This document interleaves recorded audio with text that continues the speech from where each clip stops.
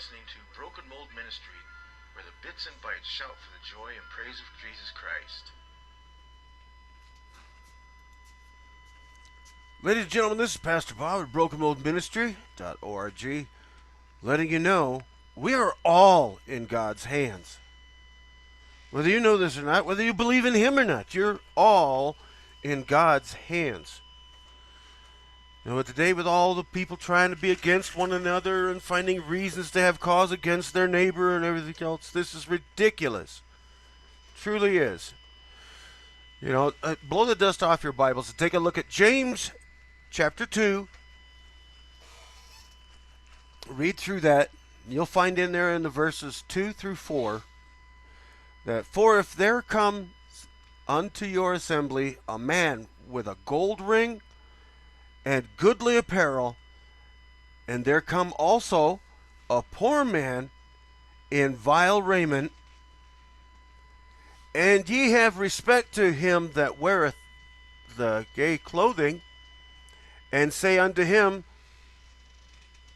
Sit thou there here in a good place, and say to the poor, Stand thou there, or sit here under my footstool. Are ye not then partial in yourselves, and are become judges of evil thoughts?" Basically, what these verses are teaching you here is that if you respect a man that looks like he's going to be all that, but don't respect the one that you think is nothing at all, you yourself are condemning yourself. Are you not then partial? Are you not just taking and swapping out the view from the mirror of yourself, and now you're going to be judged for it, and are become judges of evil thoughts? What gives you the right to judge one man or another? You cannot see as clearly as God can see into the heart of a man. His wealth and possessions here on this earth mean nothing to God. The poor man, though he has nothing at all, can mean so much to God, because in his faith, God can see it in his heart, and it shines greatly. But you, in your being partial in yourselves, wants to judge where these two gentlemen should be seated. You want to divide it by what is, quote, good, unquote, and, quote, poor, unquote, to yourself. No, ye not. You have no right to do so.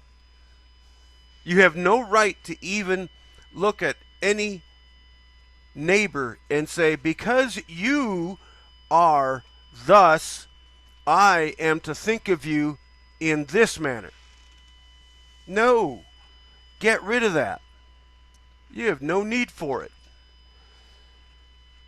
God tells us to not be respecters of person. This means live colorless, live borderless. It's a very true thing when you say in the Bible there is no white or black church. Jesus did not come to save skin, but to save souls. What that means is race has no place in a Christian life. A true Christian life doesn't see skin color, doesn't see borders, doesn't see differences, unless they come to a need of the labor. It's like, you're going to have to use a different system of communicating if you don't live next door. And that would be about the only respect of a border that you'd have is, goodness, this loved one is so far away, I'm going to have to use a different way to communicate with them. I'm saying still communicate. I'm not saying judge them because of their skin or their money in their pocket or for any reason whatsoever, take no respect of what they are or their appearances. Take in respect what their fruit tells you. Then, and only then, can you truly even look at yourself in the mirror and say, I am of Christ. For I am not a respecter of persons. I love all as my King loves me and loves all. Remember always, seek God with all your mind, body, and soul, and love thy neighbor as thyself. This is Pastor Bob with Broken Mold Ministry saying, live colorless, live borderless. And if you think what I just said is hate speech,